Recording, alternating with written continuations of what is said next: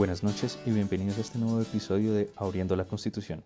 Mi nombre es Daniel Castellanos y hoy vamos a hablar sobre los artículos 18 y 19 de la Constitución Nacional, derecho a la libertad de conciencia y a la libertad de culto. Para empezar, vamos a ver qué nos dice la Constitución sobre estos derechos. El artículo 18 dice: se garantiza la libertad de conciencia.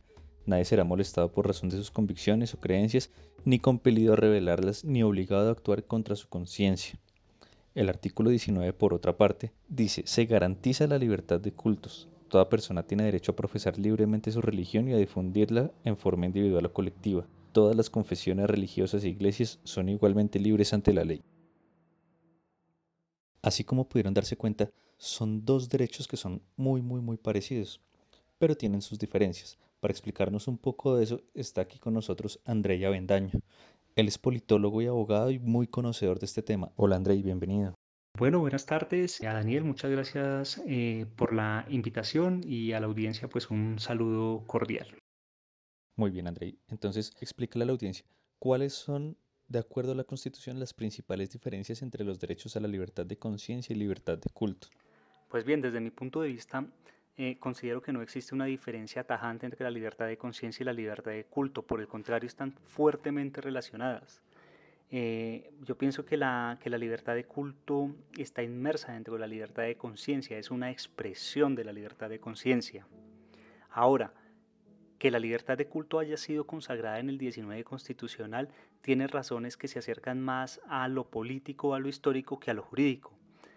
Desde mi punto de vista, el constituyente de 1991 tenía una necesidad histórica de marcar una diferencia, una inflexión, una ruptura entre el Estado y la Iglesia Católica, porque recordemos que veníamos de la Constitución Confesional de 1886, la Constitución de la Regeneración, la cual protegió y privilegió la religión católica, y en el marco de ella pues se entregaron muchas funciones públicas, que por su naturaleza son públicas, al catolicismo.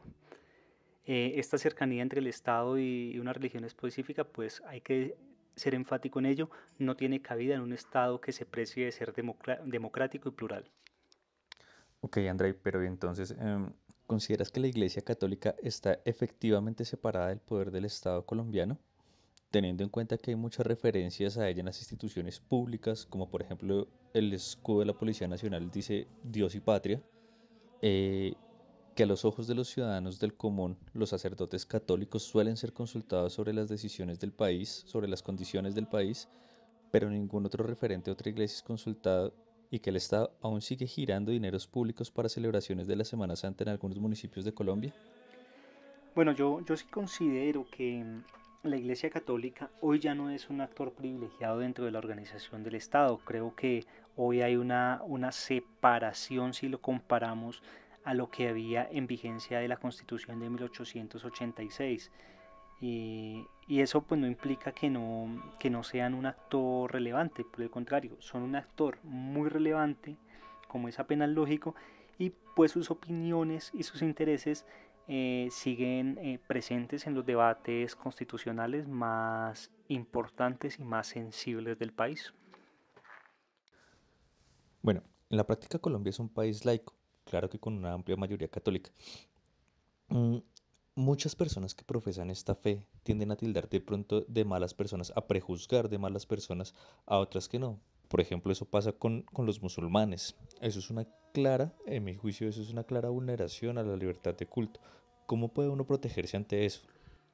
Bueno, yo no comparto que el tildar de mala persona a alguien que no profese la fe católica sea una vulneración de la libertad de culto. Creo que eso no es nada más que una opinión personal desde el fuero privado, y pues eso es respetable. Ahora, es muy diferente cuando una persona agrede a otra o discrimina a otro en razón de sus convicciones espirituales o su fe. Por ejemplo, una persona, o por ejemplo, lo pone en una situación de desventaja. Piensen ustedes que haya una sobrecarga laboral para las personas que no compartan la fe de su empleador. Bueno, esto sí sería un claro ejemplo o un claro hecho de discriminación y pues sería desde el punto de vista jurídico a todas luces censurable. Bueno, volvamos un poco a lo que es la libertad de conciencia, Andrei. Pero, ¿qué ha resaltado la jurisprudencia de la Corte Constitucional sobre el derecho a la libertad de conciencia y a la libertad de culto?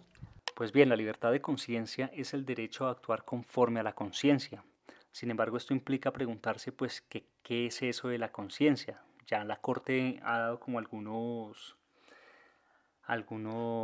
líneas sobre este tema y ha dicho que la conciencia, en esencia, es esa capacidad de actuar y de determinarse conforme a los principios y a su propio pensamiento, a su propio sentido de la existencia.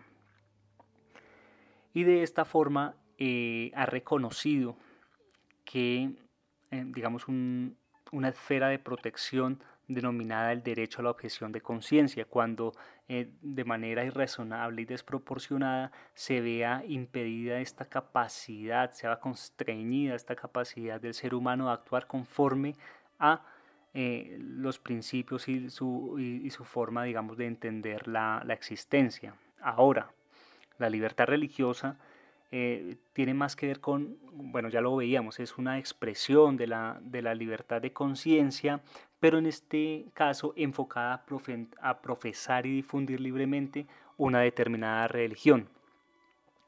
Esta libertad religiosa, la Corte lo ha dicho, se comprende, digamos, de una serie de elementos que son, digamos, que le definen su verdadero alcance, de los cuales solamente voy a mencionar 5. El primero, la libertad, pues, que le asiste a cualquier persona de profesar cualquier creencia religiosa, sin ser perseguido por ello, sin ser discriminado por ello, etcétera. Artículo 13 constitucional.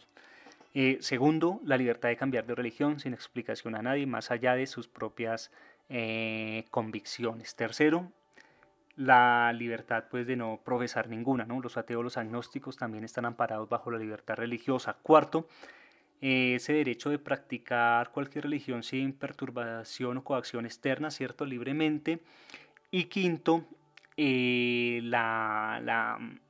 ese derecho, esa libertad de realizar actos de oración y de culto, lo cual tiene, hay que decirlo, una dimensión pública y lo cual está, digamos, protegido por diferentes normas de convivencia y de policía, etcétera. Bueno, Andrei, finalmente, y ya como para aterrizar un poco esto a lo que es la sociedad actual colombiana, ¿tú crees que nosotros estamos educados para respetar este tipo de libertades que muchas veces ni siquiera entendemos? Bueno, yo creo que Colombia se ha ido educando en el respeto de las libertades. A partir de 1991, Colombia ha avanzado muchísimo en materia de libertad de conciencia, en el fortalecimiento de esa relación iglesia-estado. Y esto ha sido en buena medida gracias al trabajo que ha hecho la Corte Constitucional, pues a través de su jurisprudencia, ya que ha puesto en la agenda pública discusiones muy sensibles para el país y muy sensibles sobre todo para las religiones hegemónicas. Recordemos las discusiones alrededor del aborto, alrededor de la eutanasia, entre muchas otras. Y esto ha llevado a que en los debates constitucionales las religiones, como la religión católica o la Iglesia católica, acuda como un actor más del debate constitucional, sin ningún tipo de ventaja en la discusión. Esto para mí es un indicador de que se ha mejorado mucho el tema del respeto de las libertades en el país. Bueno, ahora, eh, que si la población ha transformado su forma de pensar respecto a la religión católica, pues yo creo que no. Recordemos que los cambios culturales en una nación son lentos, llevan muchos años, en otras naciones llevan décadas, y pues hay que decirlo, la Iglesia Católica sigue siendo un actor muy relevante que termina orientando la forma de pensar y de decodificar los hechos sociales de buena parte de la población colombiana. Bueno, Andrei, muchas gracias por acompañarnos. Sinceramente esperamos que a la audiencia le haya quedado mucho más claro estos derechos y nos vemos en el próximo episodio. Muchas gracias y hasta la próxima.